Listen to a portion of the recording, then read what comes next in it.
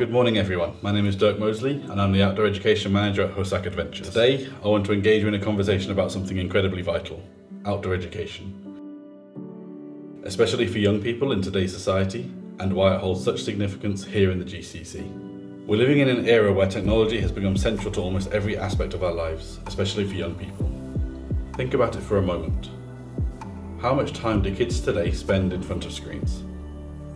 Whether it's schoolwork, social media, or entertainment, young people are almost always connected. While technology has undeniably brought many benefits, like instant access to information and communication, it has also created a profound disconnect with something essential: the natural world. The impact of this disconnect is far-reaching.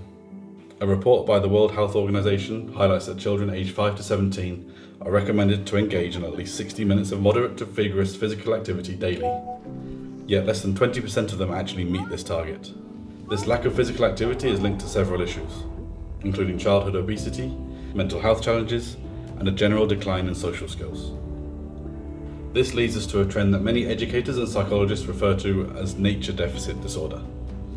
It's not a medical diagnosis, but it describes a real concern.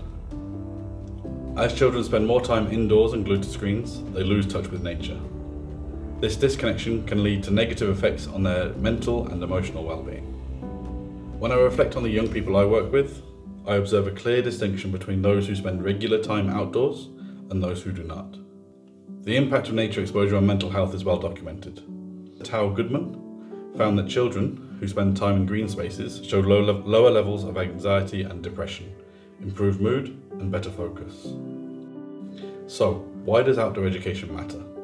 Because it serves as a bridge to reconnect these young people with nature and foster their overall development. In today's talk, I will share some personal stories from my experiences with young people in outdoor education, illustrating why this work is vital, not only for individual growth, but for society as a whole. We'll explore the profound benefits of outdoor learning, address the challenges posed by our increasingly digital world, and how we can inspire the next generation to embrace the great outdoors. So let's dive deeper into the issue of technology's widespread influence on young people and its relationship to nature deficit disorder. It's essential to understand that while technology can enhance learning, it can also be detrimental when it replaces real-world experiences. As educators, we must recognize this balance. Consider this. A survey by Common Sense Media revealed that teens spend an average of 7 hours a day on screens, not including schoolwork. That's an entire day of the week spent engaged with devices rather than interacting with the world around them. As we enter this age of digital dependency, we see a concerning trend. Young people are becoming less active, less engaged with their peers, and less aware of the natural environment. Here in the GCC, where the landscape is as diverse as it is beautiful, many young people spend considerable time indoors, whether at school, at home, or in shopping malls. This environment often creates barriers to outdoor exploration and interaction with nature. Yet, this is where outdoor education can provide an invaluable opportunity for growth and healing. Outdoor education promotes physical health through activity and reduces the risks associated with a sedentary lifestyle. Engaging in outdoor activities fosters improved cardiovascular fitness, stronger muscles, and enhanced coordination. But the benefits don't stop at physical health. They extend to mental and emotional well-being. Exposure to natural environments has been shown to decrease stress levels and enhance mood, leading to better overall mental health. Furthermore, studies have shown that nature positively impacts cognitive function. A research article published in the Journal of Environmental Psychology indicated that spending time outdoors can improve attention spans and enhance creativity. When students immerse themselves in nature, they often return to the classroom more focused and energized. Reflect for a moment on your own experiences outdoors. When you step into a green space, whether it's a park, a forest, or a beach, what feelings do you experience? Often, we feel more at ease. Our minds become clearer, and our spirits are lifted. These sensations are not just subjective, they are backed by research. Nature offers restorative experiences that can enhance our capacity to learn and grow. While we recognise the role of technology in modern life, at Husaak Adventures we advocate for a complete disconnect from it during our outdoor education experiences. We believe that students benefit most from immersing themselves in nature without the distraction of screens. Instead of using mobile apps or devices, we focus on engaging students directly with their surroundings. This approach encourages them to identify plant species, track wildlife, and log their observations using traditional methods, fostering deeper connections with the environment. By prioritizing hands-on learning, we can create an engaging and enriching educational experience. As we navigate today's digital landscape, it's essential to instill in students the importance of balancing their online interactions with meaningful real-world experiences. We encourage them to step outside, breathe in the fresh air, and truly appreciate the beauty around them. This holistic approach to education emphasizes both an appreciation for the natural world and the value of being present in the moment. I want to tell you about a remarkable female student that I worked with as part of an adventure week. From the beginning of the week, everything was fantastic. She was engaged, enthusiastic, and eager to participate in the activities we offered. But when we reached the last day, everything changed. On that final day, we were going abseiling, or rappelling as some of you may know it. As we approached the abseil, I could see the visible nervousness on her face. She was terrified of heights, and it's a common fear, one that many people struggle with, and I wanted to make sure that she felt supported. In our programs, we always follow the principle of challenge by choice. This means that students are never forced into situations that make them uncomfortable. They have the freedom to choose their level of engagement. This young student, however, made the brave decision to try. When she reached the top of the abseil wall, she was shaking. But despite her fear, she wanted to overcome it. We talked for a while, discussing her concerns and building her confidence. I walked her through every part of the abseil, from the safety checks, clipping her in, and talking through every step of the process. As she prepared to go over the edge, the roar from her group below was an unforgettable sound. It was a roar filled with pure pride and joy, echoing in the air like a powerful anthem of support. Those cheers created an atmosphere that bolstered her courage. I'll never forget the moment she stepped over the edge. At first, tears streaming down her face were the nervous tears born from fear and uncertainty. But as she descended, those tears began to transform. As she trusted herself and the equipment, her tears shifted from tears of fear to tears of joy. The overwhelming support from her peers was palpable, and it created an environment where she could flourish. When she reached the bottom, the look of triumph on her face was something I'll carry with me forever. It was a moment of pure transformation. And I'll be honest, I cried happy tears that day. I haven't cried happy tears like that for a student before or since. This experience exemplifies the profound impact outdoor education can have on a young person. It's not just about physical challenges, it's about emotional growth and self-discovery. Outdoor education provides opportunities for young people to confront their fears, overcome obstacles, and emerge stronger on the other side. So what exactly are the benefits of outdoor education? We've touched on a few, but let's dive deeper into how these experiences shape young people's lives. Outdoor education fosters resilience in students. When they face challenges, whether it's hiking up a steep mountain or navigating through a dense forest, they learn to push through discomfort. Every step taken in the great outdoors builds their confidence. They begin to understand that challenges can be overcome, and this newfound confidence often spills over into other areas of their lives, including academics and social interactions. Many outdoor activities require collaboration and teamwork. During group hikes, students must work together to support one another, share resources, and communicate effectively. These experiences teach vital social skills, helping students learn how to express themselves and listen to others. In a world that often prioritizes individual achievement, outdoor education reminds students of the importance of working together to achieve common goals.